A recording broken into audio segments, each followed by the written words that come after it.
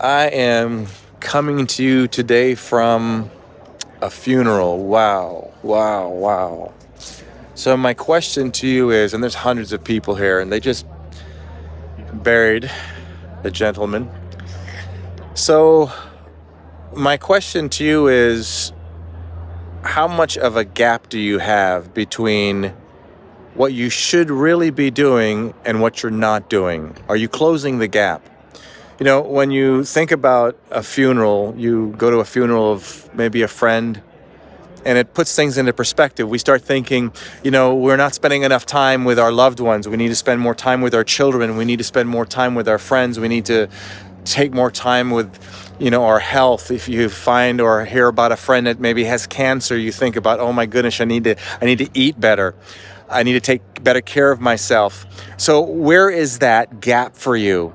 So what I try to do in my life, I try to, and I don't say this to come across morbid, but I like to think that I'm at a funeral on a regular basis, because when you go to a funeral, it puts things into perspective. You start asking questions and questioning things. Am I spending and prioritizing my life and my time with the right people and doing the right things? And am I taking care of myself?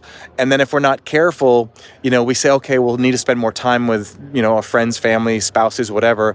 And then a couple days, a couple weeks later, we start vectoring off course again until the next funeral, or until we hear about somebody else that maybe has passed away. So my challenge to you is, keep the gap close. I feel comfortable that after I leave a funeral, that I don't have to make major changes in my life. I chose years ago to make those changes. I eat as if I've had cancer. I try to keep that gap close, and then I get off course sometimes, and I got to get myself back on course.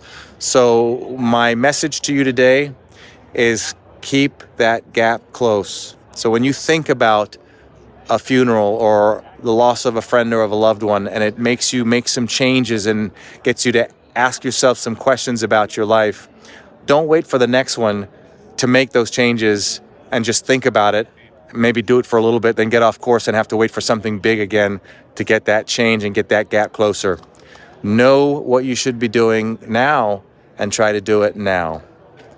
Between now and the next time we get the chat, you know what to do. Try not to let anything or anyone rent space in your head, especially those negative things or negative thoughts that shouldn't be there. Hang in there. Stay blessed.